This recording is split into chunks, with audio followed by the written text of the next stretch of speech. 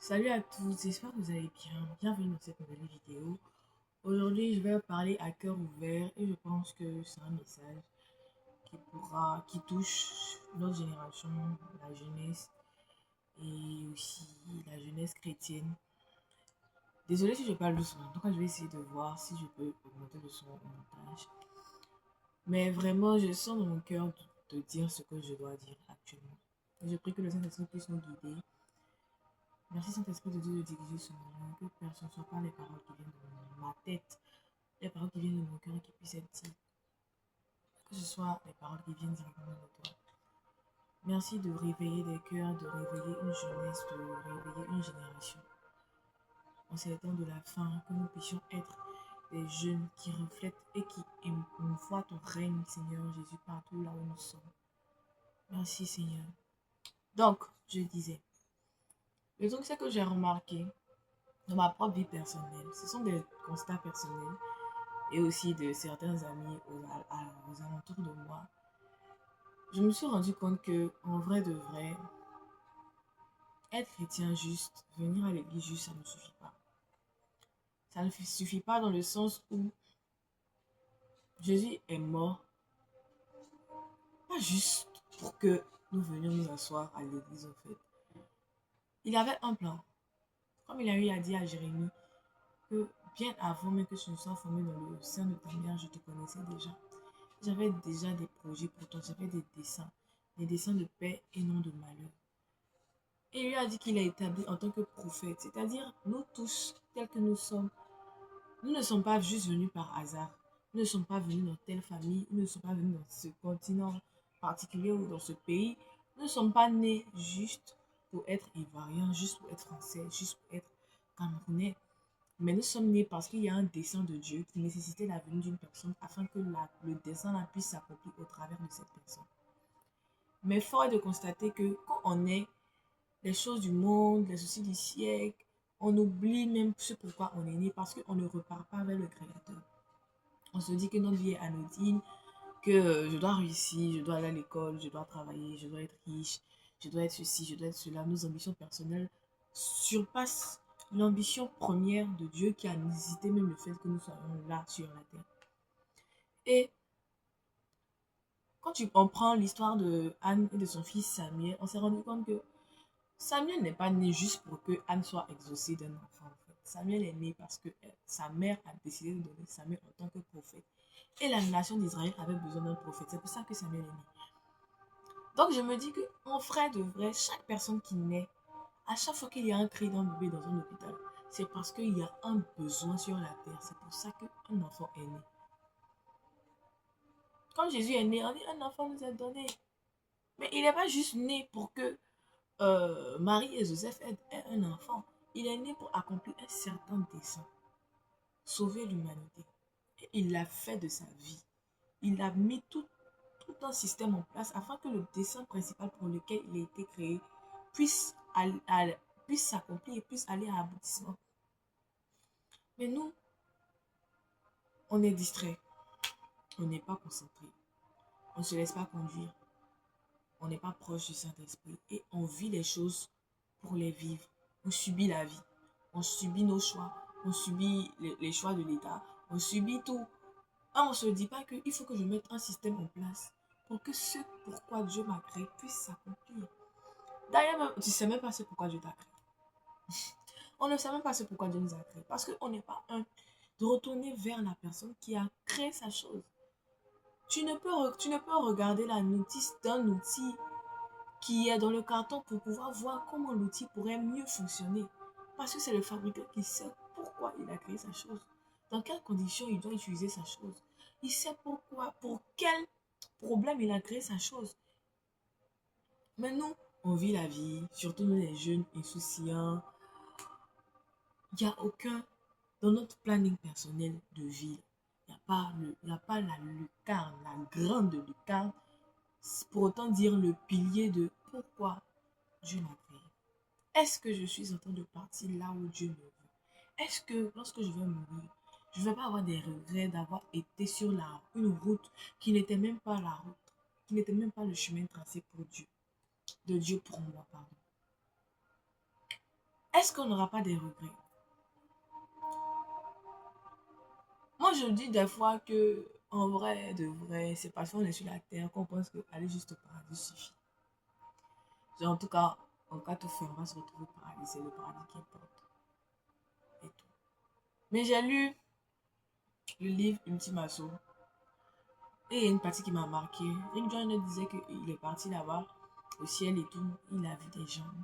Et qu'il y avait des gens qui paraissaient glorieux dans le ciel. Mais ces gens lui ont dit qu'ils regrettaient parce que c'est pourquoi Dieu les avait créés. Il n'avait pas fait ça amplement. Ils étaient dans le ciel, oui. Mais le fait d'avoir raté une certaine mission a créé en eux une forme d'insaciabilité, une forme de regret, même en étant au ciel. Certains jugements de nous, les chrétiens, ne sera pas juste une histoire de péché. Ce sera aussi une histoire de est-ce que c'est pourquoi je t'ai envoyé? Est-ce que tu l'as fait?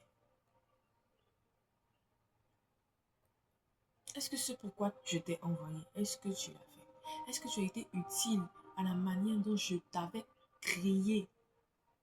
Et hier, pendant le culte, le pasteur Lorenzo Cavallero, en tout cas j'espère que je prononce bien, le pasteur de Vassonneur, Québec, il a dit une chose que aucun investisseur n'investit pour perdre.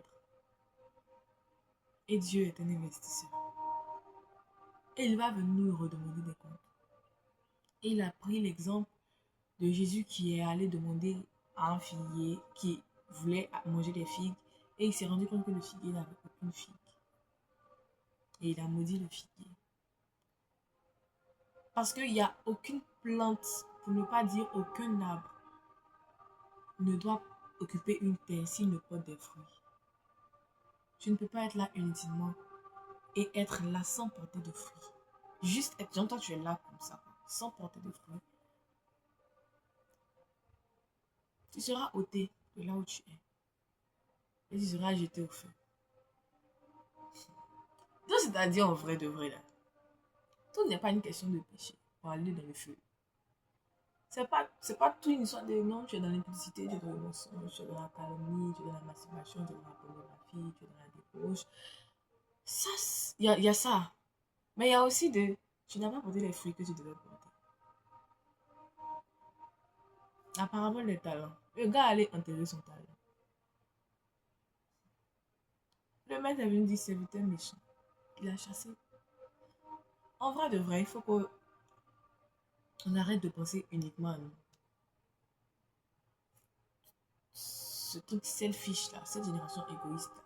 Il faut qu'on arrête de penser à nous parce que je me dis que si les apôtres que nous lisons dans cette Bible avaient pensé à eux petits, si Pierre devait dire non, j'ai ma femme, j'ai ma belle-mère, je dois m'occuper d'eux et tout, je ne peux pas faire du ministère. Moi, je suis l'homme sur qui on va bâtir l'église qui est en train de penser à sa famille et à lui. Est-ce qu'on aurait ce qu'on a aujourd'hui? Je ne sais pas. Le fait même de penser à soi, le fait de pouvoir, de toujours voir toi, toi, toi, toi, toi, ça fait que nous-mêmes, toi-même dans ta propre vie, il y a comme des barrières qui t'emprisonnent dans quelque chose. Je crois sincèrement que le fait d'être exposé aux autres, le fait de faire les choses pour les autres, ça t'aide toi-même à grandir. Ça t'aide toi-même à aller dans des sphères dans lesquelles tu n'aurais pas pensé. Ça t'aide toi-même à élargir ta personne, à élargir l'espace de t'attendre. Parce que si nous tous, on... Ah, je dis quoi? Le fait aiguise le fait. C'est au contact de l'homme que tu te rends compte des choses que tu avais en toi. Il y a des gens actuellement, ils sont dans leur coin, ils pensent qu'ils ne sont pas colériques. Mais ils sont au contact de certains types de personnes, ils vont se rendre compte qu'ils sont colériques. Et qu'ils vont se rendre compte qu'ils sont colériques, ils vont travailler, ils vont demander aux personnes de leur donner un cœur patient, la tempérance. C'est ça qui va travailler leur cœur pour qu'ils soient des personnes doux et patientes. Mais tant que tu es seul, tu as l'impression que tu es doux et patient. C'est quand tu te confrontes à certaines personnes que tu te rends compte que tu es colérique. Donc plus tu es égoïste, plus tu restes seul, plus tu penses à toi, moins tu deviens la personne que tu dois être, moins tu ressembles à Christ. Parce que c'est au contact de l'homme que les choses de l'homme en lui sortent. Et je pense que, je dis bien, je pense que la génération dans laquelle nous sommes doit faire un pas en avant pour se donner entièrement.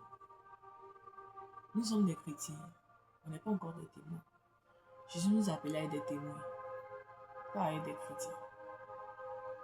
Parce que quelqu'un qui témoigne, qui peut témoigner, c'est quelqu'un qui est resté, qui a demeuré auprès de quelqu'un, qui a vu tous les tenants et les aboutissants d'une personne ou d'une situation qui peut être témoin de cette chose.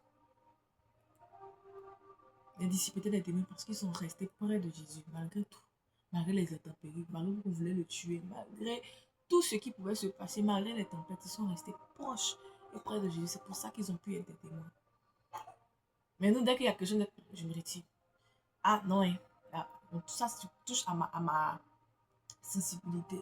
Ah, c'est ça, là, moi, je ne vais plus à l'église. Les gens m'ont blessé, je sors de l'église. Les gens m'ont fait ceci, je sors de l'église. Non, c'est ça, ils préfèrent vivre ma foi, moi. C'est ça, là, non. C'est ça, là, il y a prié chez moi à la maison. Mais en quoi tu seras témoin? Tu seras témoin de quoi si tu vis seul? Peut-être que Dieu nous aide. Que Dieu nous aide à faire plus, à nous donner plus.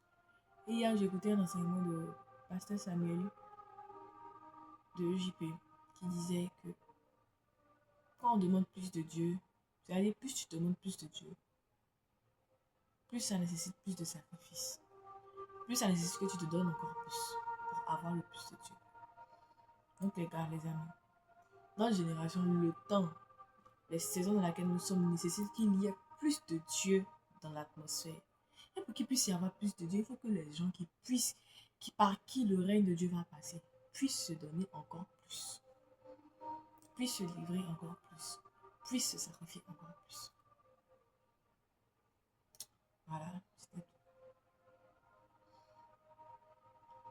J'espère que ce message va passer et qu'il pourra parler à plusieurs. N'hésite pas à partager à quelqu'un, n'hésite pas à aimer, à liker et à commenter ton ressenti pendant cette saison.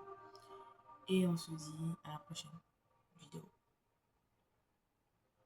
Bye les tous. Dieu vous bénisse.